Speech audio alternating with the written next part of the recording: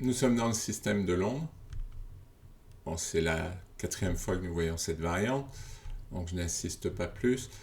Les blancs occupent le milieu d'entrée. Alors normalement, il ne faut pas le faire. Il faut d'abord sortir ses pièces. Mais c'est vrai que dans cette variante, à partir du moment où le fou est en E7, a priori, la place du cavalier, c'est en E5.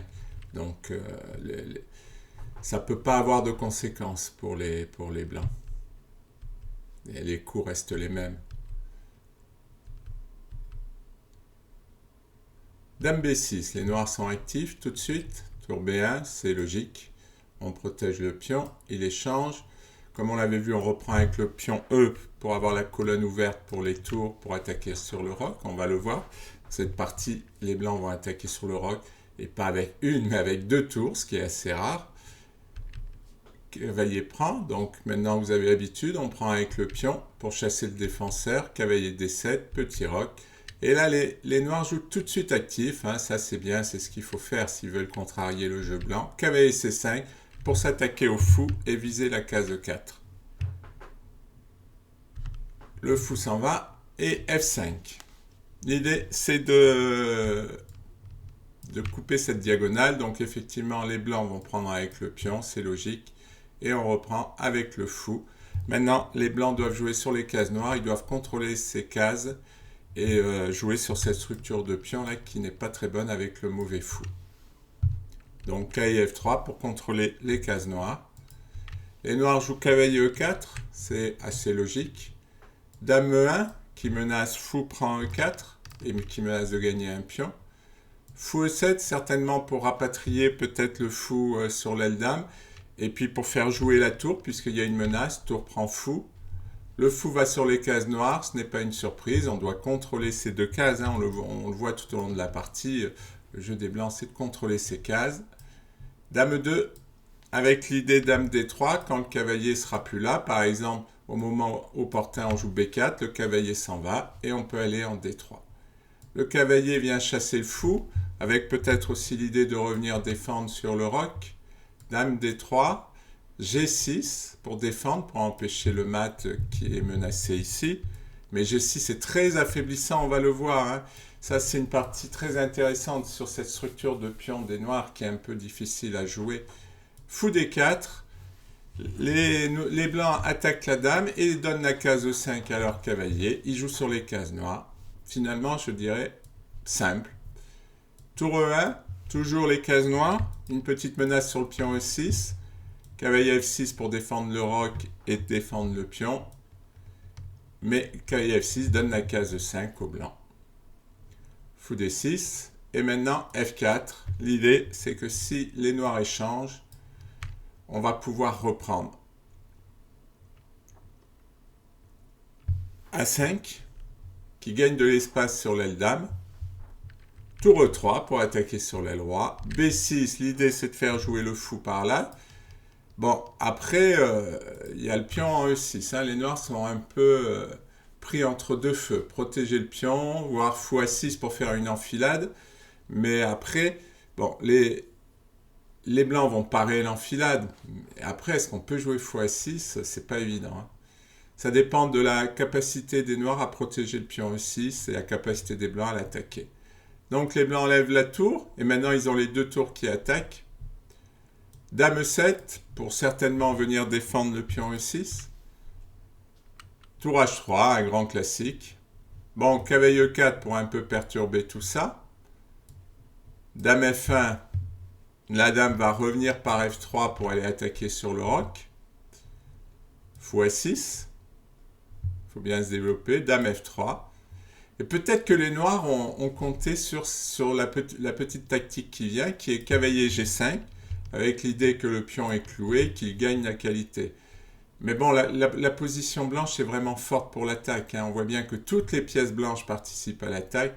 Donc, je ne sais pas si la perte de la qualité peut beaucoup les ennuyer pour leur attaque. Tour prend. Alors maintenant, les noirs essaient d'éliminer les pièces, mais bon, ça ne va pas être suffisant. Fou D4. Dame C4. Là, les noirs ont lâché le pion E6. Et là, c'est plutôt grave. Mais en même temps, la position est complètement perdue, puisque, regardez, hein, il suffit de... C'est que on a la paire de fous. On a la paire de fous qui est braquée sur le roc, on a la dame et la tour, et les pièces noires ne défendent pas vraiment. Donc, il était quasiment impossible de défendre le pion E6, puisque après, il y a la menace du sacrifice en G6, de toute façon, gagne. Alors, dame C4, dame prend E6, tour F7, et là, les blancs ont déjà un coup gagnant qu'ils n'ont pas vu, c'est dame prend G6. Ils ne peuvent pas prendre à cause de tour H8 mat. Ils doivent jouer roi F8. Bon, et là, on doit jouer dame H6. Et là, l'attaque est très très forte. Mais on ne va pas le voir là, parce que là, l'idée, c'est quand même de voir l'ouverture. Et ça nous prendrait beaucoup de temps. Par contre, la façon de faire échec et mat sera l'objet d'une vidéo dans la rubrique apprendre à faire échec et mat. Parce que là, on pourra prendre plus de temps pour examiner le mat. Mais là, ce sera un peu long, quoi. J'ai peur que je vous lasse si je fais ça. Alors, bon, de toute façon, là, il est clair que les blancs ont une attaque. Toutes les pièces blanches attaquent, le roi est au milieu. C'est perdu. À la place, les blancs jouent fou D3, ce qui ne change pas grand-chose, puisqu'il va revenir sur le sacrifice. Fou C8. Sur dame C7, au lieu de fou C8, il y avait un joli sacrifice, tour prend H7. La tour est clouée, et la menace est tout simplement tour H8 mat. Et si le roi prend, dame prend G6 mat. Donc sur fou D3, il fait fou C8. Et c'est là où les blancs trouvent le sacrifice, qui est encore meilleur que tout à l'heure, puisque là, l'échec et mat va aller beaucoup plus vite. Roi F8. Dame D6. Si les noirs jouent tour E7, il y a dame D8. Roi F7, tour prend H7, pauvre roi noir, tour prend H7, roi E6, et tour prend E7 mat. Impressionnant. Donc sur dame D6, encore, il va faire il peut faire roi G8, mais pareil, il y a tour G3, et là c'est perdu, tour prend G7, et dame F8 mat. Donc, je reviens en arrière, dame D6, seul coup, roi E8, et bien après roi E8, il y a tour E3, et c'est fin de la partie. Là, cette partie est vraiment très intéressante, puisque je vais revenir en arrière.